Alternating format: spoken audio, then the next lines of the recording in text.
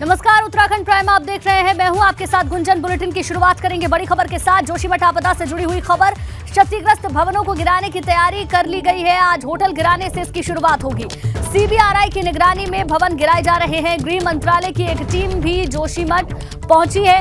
ये बड़ी जानकारी आपको दे दें, जो भवन क्षतिग्रस्त हुए हैं, जिन भवनों में दरारें पड़ी हैं, उनको गिराया जाएगा और उसको लेकर तैयारी पूरी कर ली गई है और इसकी शुरुआत हो रही है एक होटल को गिराने के साथ ही।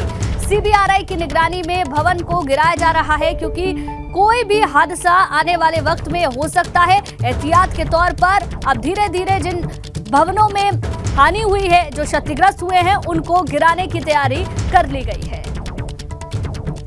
और चलिए, रवि कैंतुरा हमारे संवाददाता जोशीमठ से लाइव हमारे साथ जुड़ गए हैं, उनसे पूरा अपडेट लेंगे। रवि, अगर संभव हो तो वहां जो कार्रवाई चल रही है वो भी दिखाएं। किस तरीके से दरारें पड़ी हुई हैं, कैसे टीमें लगी हुई हैं और भवन को गिराया जा रहा है। जी बिल्कुल, देखिए मैं वहीं पर हूँ जिस होटल से इन जो भवनों के ध्वस्तीकरण की जो कार्रवाई शुरू होनी है, ये मलारी इन है। यहीं से भवनों को गिराए जाने की कार्रवाई शुरू होनी है और मैं आपको बाहर की तस्वीरें दिखाऊंगा कि आखिर जो पूरी वजह है यहाँ पर क्यों बनी है। तो ये बड़ा महत्वपूर्ण है क्योंकि इसी होटल से जो है ये कार्रवाई है ध्वस्तीकरण की वो शुरू होगी। और यहाँ से जो बाहर जो टीमें हैं वो यहाँ पर पहुँची हैं, लेकिन मैं आपको ये अभी बता देता हूँ कि कोई अभी किसी तरीके का यहाँ पर तोड़फोड़ शुरू नहीं हुआ है, क्योंकि सीबीआरआई जो सेंट्रल बिल्डिंग रिसर्च इंस्टीट्यूट की टीमें हैं वो जब यहाँ पर आएंगे, उनकी देखरेख में, उनकी निगरानी में ही यहाँ पर भवनों का ध्वस्तीकरण होगा, क्योंकि उनको इस बात का पूरा अनुभव होता है कि किस तरीके से भवनों को गिराना है। क्योंकि यहाँ नीचे एक बड़ी कॉलोनी है, उस कॉलोनी को भी सुरक्षित रखना है, आसपास के घर हैं उन घरों को सुरक्षित रखना है। ये बड़ी बड़ी मंजिलें, इमारतें हैं, अगर ये अपना आप ही यहाँ से ध्वस्त होती हैं, नीचे चले जाती हैं तो नीचे खतरा हो जाएगा। नीचे जो बद्रीनाथ का नेशनल हाईवे है वो यहाँ पर है, उस पूरे ट्रैफिक को उस वक्त रोका जाएगा जब इनको गिराया जाएगा। फिलहाल जो यहाँ से गिराने की जो कंडीशन है उसको मैनुअल तरीके से किया जाना है। यही वजह है कि अभी सुबह से इस बात का इंतज़ार है कि किस तरीके से भवनों को यहाँ से इनका ध्वस्तीकरण किया जाएगा, किस तरीके से इनको हटाया जाएगा। और अभी जब सीबीआरआई की जो टीम है वो यहाँ पर आएगी। फिलहाल सीबीआरआई के जो टीम है, बिल्डिंग रिसर्च इंस्टीट्यूट के जो वैज्ञानिक हैं वो यहाँ अभी नहीं आए हैं। जब तक वो नहीं आते हैं तब तक यहाँ से इन होटल पर जो है ध्वस्तीकरण की कार्रवाई शुरू नहीं की जाएगी, क्योंकि उसके पीछे की वजह यही है कि पूरी तरीके से एक सुरक्षित तरीके से इन भवनों को यहाँ से हटाया जाना है। मैनुअल तरीके से इनको यहाँ से हटाया जाएगा, इस पर कोई बड़ी मशीनों का प्रयोग नहीं होगा। यहाँ से इन भवनों को हटाने के लिए जो सब्बल, बड़े हथौड़े, इस तरीके से इनका धीरे धीरे ईंट करके एक एक कमरे करके इनको यहाँ से हटाया जाएगा। शुरुआत इसी होटल से होनी है क्योंकि इस पर दरारें बहुत बड़ी हैं। उन दरारों को एक बार फिर से अपने दर्शकों को दिखा देते हैं। ये दरारें हैं, ये होटल और जो सड़क है, ये दोनों आपस में बिछुड़ चुके हैं। होटल सड़क से बिल्कुल अलग हो चुका है और यही वजह है कि अब इस होटल को हटाना ज़रूरी है, क्योंकि इस होटल के नीचे एक बड़ी कॉलोनी है, उस कॉलोनी को खाली भी किया गया है। लेकिन उसके बावजूद भी आसपास के जो इलाके हैं, अगर भवन खुद ब खुद ज़मींदोज़ होता है तो ये वहाँ तक भी इसका प्रभाव जा सकता है, क्योंकि ये तकरीबन 6 मंजिला है, इस पर बहुत ज़्यादा मलबा है और एकदम से अगर यहाँ से ज़मींदोज़ होगा तो आसपास के इलाकों में दिक्कत होगी। यही वजह है कि इसको मैनुअल तरीके से हटाने की बात की गई है। आसपास जो तस्वीरें हम देख पा रहे हैं, कई मकान, कई भवन वहां पर नजर आ रहे हैं। अगर इस इमारत को वहां से हटाया जाता है, ढहाया जाता है, तो क्या आसपास जो इमारत है उन पर भी इसका असर पड़ेगा या उसके लिए कोई और तरीका निकाला गया है? बिल्कुल, देखिए स्थिति स्पष्ट कर देता हूं। जिस होटल को मैं बता रहा हूं, यहां से जो मलारीन होटल है, यहां से ध्वस्तीकरण की कार्रवाई शुरू होनी है। लेकिन इस होटल के बाद ऐसे तकरीबन 75 जगह हैं जहां पर रेड क्रॉस के निशान लगाए गए हैं। रेड क्रॉस यानी कि असुरक्षित जगह, जहां पर रहने आप खतरे से खाली नहीं है। और ये इसके ठीक ऊपर वाला पैच है, वो मैं आपको दिखाता हूँ। देखिए यहाँ से ये वाले जो सामने वाले जो होटल हैं, चाहे नेचर इन जो होटल है, इस पर भी पूरी तरीके से रेड क्रॉस के जो निशान है वो यहाँ पर लगा दिए गए हैं। और इसके ऊपर जो फिर मकान जो यहाँ पर लोगों के हैं उसमें भी रेड क्रॉस के निशान यहाँ पर लगाए गए हैं। यानी कि यहाँ से शुरुआत होगी और उसके बाद धीरे धीरे जो ऊपर की तरफ भी इन तमाम भवनों को मैनुअल तरीके से हटाया जाएगा। और ये जो कार्रवाई है ये पूरी तरीके से, बहुत सुरक्षित तरीके से, बहुत वैज्ञानिक तरीके से की जाएगी ताकि किसी भी तरीके की कोई दिक्कत ना हो। फिलहाल यहाँ पर अभी जो यहाँ के ऑनर हैं, जो होटल स्वामी हैं, जो भवन स्वामी हैं ऊपर के, उन लोगों का भी कहीं ना कहीं आक्रोश देखने को मिल रहा है। उनकी वजह यह है कि उनका ये कहना है कि प्रशासन और हमारे बीच कोई कम्युनिकेशन नहीं है। अभी यहाँ से हटाने की बात तो हो रही है, लेकिन उनको प्रशासन के द्वारा कुछ नहीं बताया गया है। मीडिया के माध्यम से ही उनको ये जान पा रहे हैं कि यहाँ से हटा रहे हैं, क्योंकि प्रशासन ने उनसे कोई लेकिन बातचीत इस तरीके की नहीं की है। एसडीआरएफ के जवान मुझे जरूर नजर आ रहे हैं, कुछ अधिकारी वहां पर नजर आ रहे हैं। अगर संभव हो तो जरा उनसे भी बातचीत करें, कैसे ये प्रक्रिया रहने वाली है। बिल्कुल, देखिए एसडीआरएफ की टीम यहाँ पर मौजूद है सुबह से ही, और वो लोग यहाँ पर जो है बातचीत कर रहे हैं, उनको ब्रीफ कर रहे हैं, क्योंकि एसडीआरएफ के जो कमांडेंट हैं वो यहाँ पर मौजूद हैं। मैं सर, आपका एक कमेंट बहुत ज़रूरी है, आप ये बताइए कि किस तरीके से शुरुआत होगी इसकी, और कुछ लोगों में कन्फ्यूज़न की स्थिति बनी हुई है। ये भी एक्सपर्ट की टीम है, वो आ रही है, और उनके गाइडेंस में ही इस डिमोलिशन का प्रोसेस शुरू किया जाएगा। एसडीआरएफ का क्या रोल इसमें पूरा रहने वाला है? तमाम इक्विपमेंट के साथ आपने अपने जवानों की तैनाती कर दी है। इसमें एसडीआरएफ के साथ साथ सिविल पुलिस है, पीडब्ल्यूडी की टीम है, और जो एक्सपर्ट की टीम है सीबीआरआई की, वो भी आ रही है। जब सीबीआरआई की टीम आएगी उसके बाद ही शुरू होगी? जी बिल्कुल। अभी सर शुरुआत मल्लारी इससे करेंगे, तो उसके बाद क्या वहाँ पर किस तरीके की आगे कार्रवाई होगी? अभी तक इन सिर्फ 2 बिल्डिंग्स को डिसाइड किया है डिमोलिश करने का। आगे और जैसा एक्सपर्ट इसको गाइडेंस देंगे, वैसे ही शुरू किया जाएगा। मैनुअल तरीके से होने वाला है, तो कितना वक्त लग सकता है? इसमें काफ़ी समय लगेगा। वो जैसे पीडब्ल्यूडी और एक्सपर्ट की टीम ने डिसाइड किया है कि 4 से 5 दिन में इस बिल्डिंग को स्टेप वाइज डिमोलिश किया जा सकता है, और इसका भय इसलिए भी है क्योंकि एकदम टिल्ट हो गया है, तो सबसे पहले एक्सपर्ट की टीम ने इसे ही डिमोलिश करने को डिसाइड किया। एसडीआरएफ के कमांडेंट हैं मणिकांत मिश्रा, उन्हें बड़ी महत्वपूर्ण चीज़ें बताई हैं कि इसकी शुरुआत ध्वस्तीकरण की तब होगी जब सीबीआरआई की टीम यहाँ पर होगी। एसडीआरएफ ने अपनी जो तैयारियां हैं वो यहाँ पर की हुई हैं, और साथ ही साथ इसको यानी कि एक होटल की जिसकी मैं बात कर रहा हूँ, इसको हटाने में तकरीबन 5 से 6 दिन लग सकते हैं, क्योंकि स्टेप बाय स्टेप इसको हटाना होगा, क्योंकि नीचे कॉलोनी है जिस तरीके की हम बात कर रहे थे। तो इस तरीके से यहाँ पर कार्रवाई शुरू होगी। उसके बाद अभी फिलहाल 2 होटल, एक मलारी इन और उसके बाद माउंट व्यू होटल है, इनको हटाने पर, यानी कि इनको हटाने की जो सिफारिश थी, यहाँ पर जो एक एक्सपर्ट कमेटी शुरुआत में जो यहाँ आई थी, उन्होंने ये सिफारिश की थी कि इनको हटाना होगा। तो पहले ये 2 होटल अभी चिन्हित किए गए हैं, और माना जा रहा है कि जिन पर रेड क्रॉस के निशान भवनों पर भी लगाए गए हैं, उनको भी हटाया जाएगा, ताकि वो खुद ये बताएं, ये जो रास्ता है जहां पर टीमें लगी हुई हैं, जहां जो भवन है उसे जमींदोज किया जाना है, वो उस रास्ते से होकर वो दूसरे रास्ते को भी वो रास्ता कनेक्ट करता होगा, तो क्या कनेक्टिविटी में दिक्कत ना हो इसके लिए रूट डाइवर्जन किया गया है, या ऐसी कोई व्यवस्था? आपका बहुत महत्वपूर्ण सवाल है, और मैं आपको बता देता हूं कि यहाँ पर ये जो सड़क है, ये बद्रीनाथ का नेशनल हाईवे है। यहाँ से देखिए, मैं दिखाता हूँ आपको यहाँ पर, क्योंकि ये जो होटल है और ये जो सड़क है, ये मुख्य सड़क है। अभी किसी तरीके की जो आवाजाही है उसको बंद नहीं किया गया है, यानी कि मान सकते हैं कि ध्वस्तीकरण की कार्रवाई में अभी और वक्त लगेगा। फिलहाल यहाँ से जो ये कार्रवाई है, यहाँ से ये जो शुरू होगी, और उसके बाद ही यहाँ से ये जो हाईवे जिसकी आपने बात की है, इसके लिए एक वैकल्पिक एक बाईपास है, वहाँ से इसको फिर चलने दिया जाएगा, क्योंकि इसके बाद धीरे धीरे जो आगे जो टूटने का सिलसिला शुरू होगा वो इसमें बहुत महत्वपूर्ण रहेगा। देखिए, पूर्व मुख्यमंत्री हैं त्रिवेंद्र सिंह रावत यहाँ पर पहुँच गए हैं, और लगातार आपदा प्रभावित जो क्षेत्र है उनमें दौरा भी कर रहे हैं। सर, आप आए हैं, अभी आप तमाम जगहों पर भी जा रहे हैं, अभी किस तरीके के हालात आप?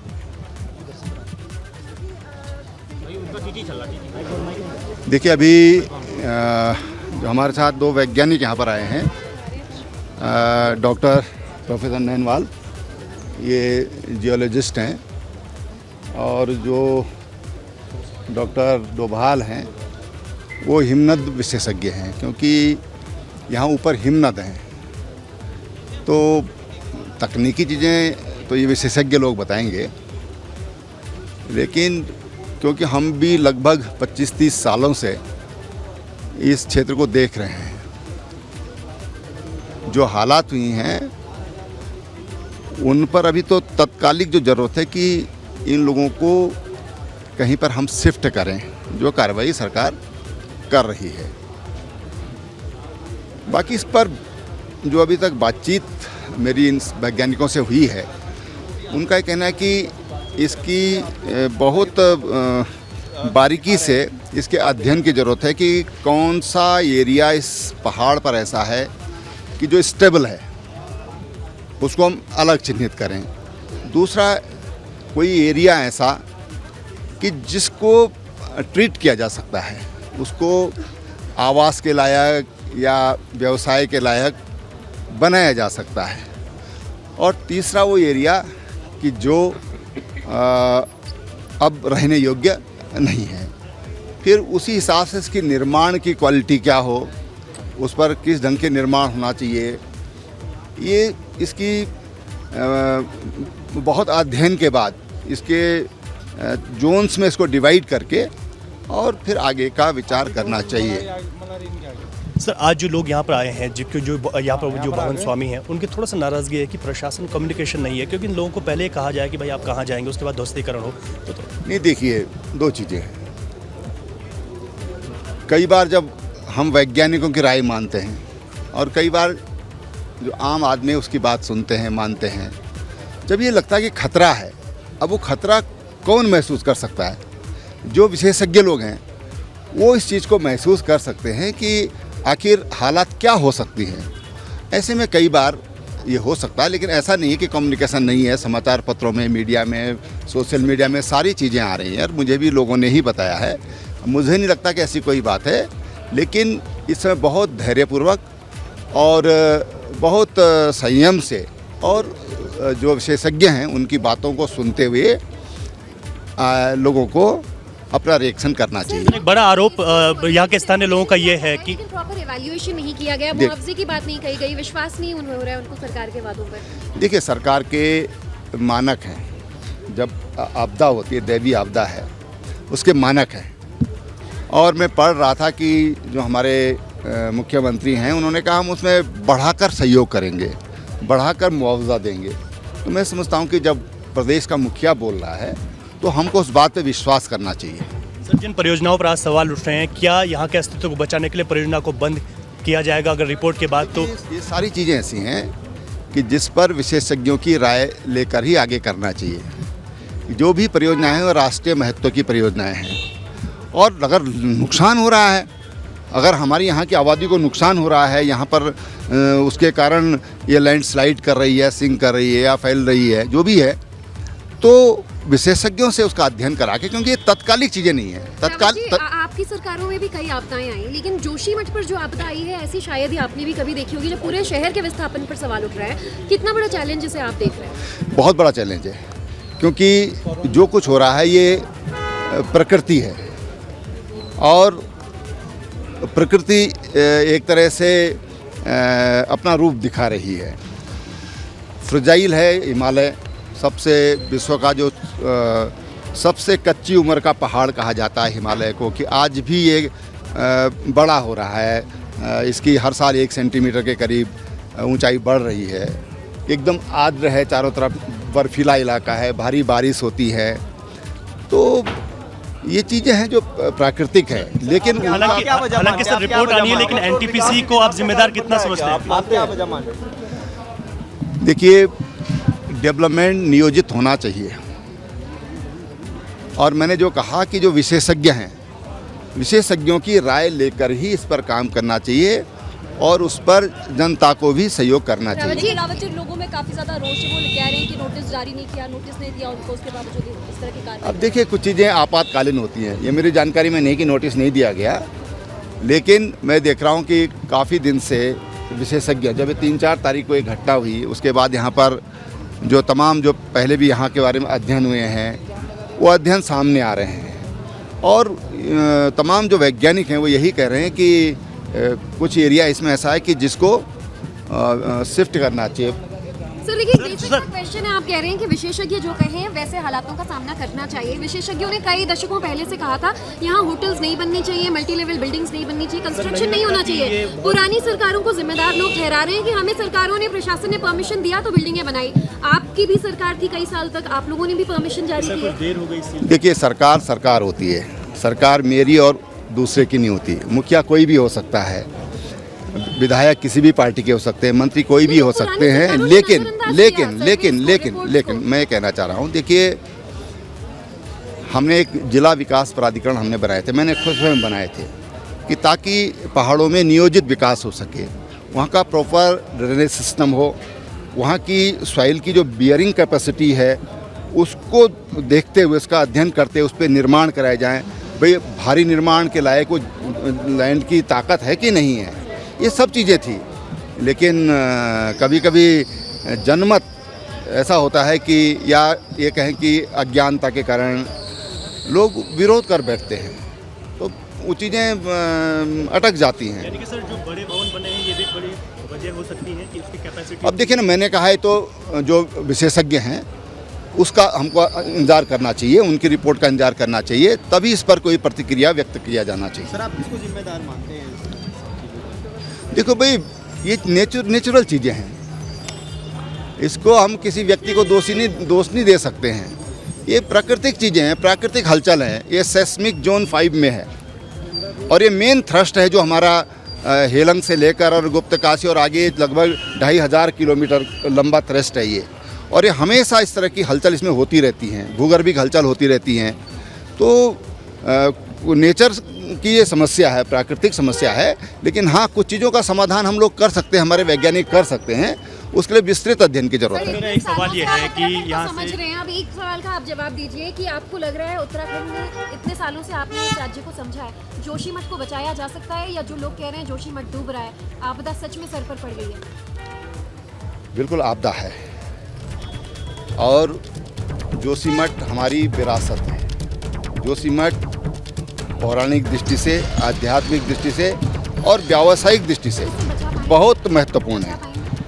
मुझे ये लगता है कि आज के वैज्ञानिक युग में काफ़ी कुछ बचाया जा सकता है। मैंने कहा ना कि इसका जो अध्ययन करके कि भाई हम जहाँ पर हमारे पास चट्टान पर निर्माण है वहाँ पर खतरा कम होता है, जहाँ पर बोल्डर्स पे निर्माण है उसको देखने की जरूरत है। कौन सी लैंड ऐसे स्लाइड कर रही है, तो जब हम उसका विस्तृत अध्ययन करेंगे तो फिर तब ये चीज़ें कही जा सकती हैं, लेकिन सरकार बचाने के लिए पूरी तरह प्रतिबद्ध है। तो शंकराचार्य सुप्रीम कोर्ट चले गए, उन्होंने कहा कि अगर सरकार पहले यहाँ आ जाती तो मैं कोर्ट नहीं जाता, यही वजह रही कि मुझे सुप्रीम कोर्ट जाना पड़ा। अब हमारे आराध्य हैं वो, उनकी बात पर मैं कोई प्रतिक्रिया नहीं दे सकता हूँ, और मेरा ये मानना है कि जो मैंने पहले भी कहा, इस पर हमारे जो भूगर्भ विज्ञानी हैं, जो हमारे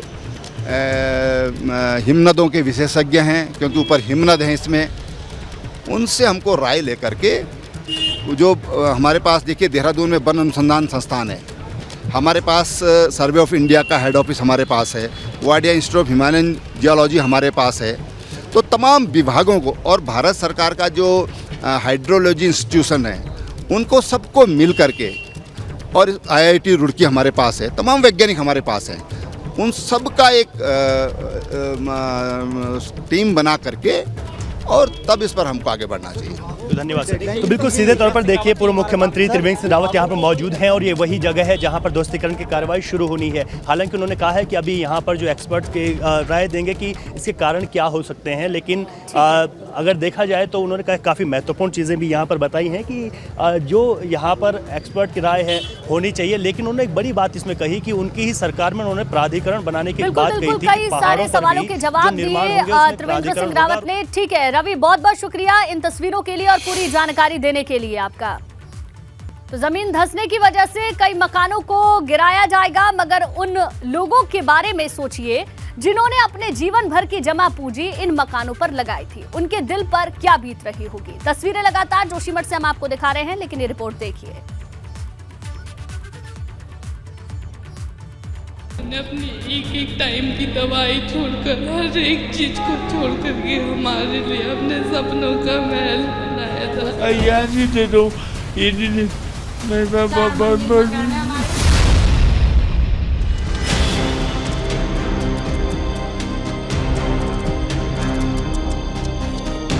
देखा नहीं जाता है, यहीं पे हमारा बचपना बीता है।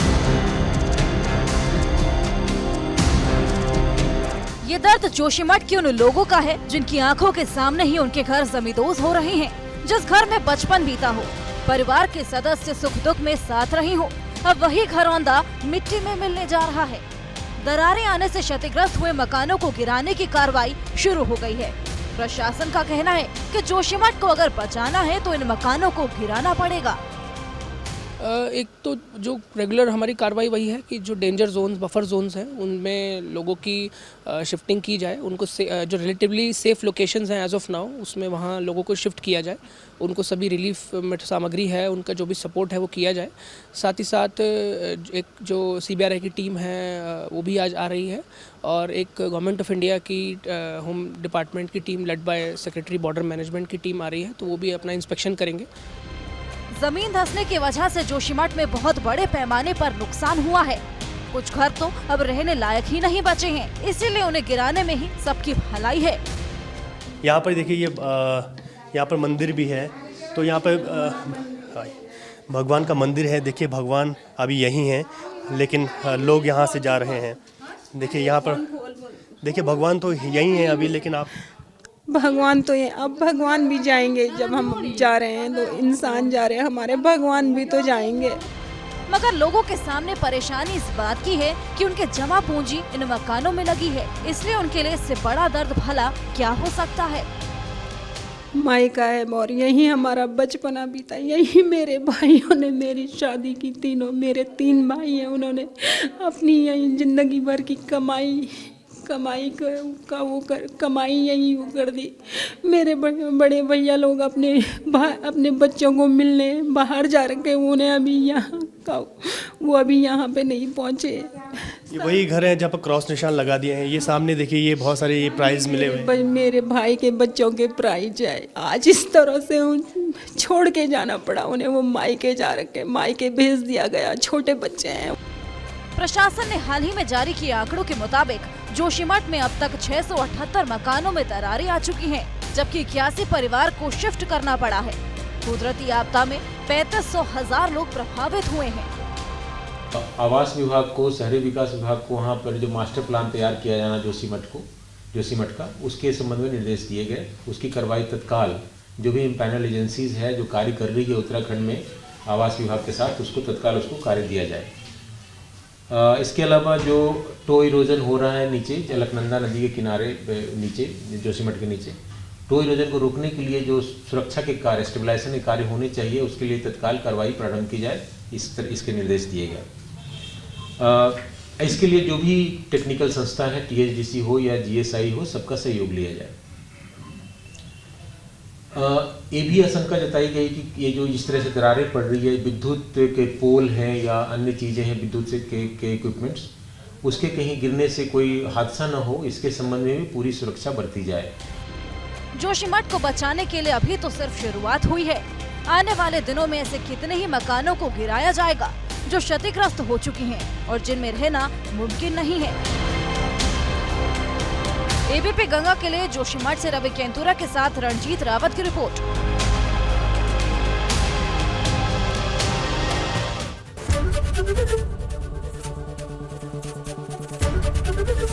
ABP गंगा, खबर आपकी, जुबान आपकी।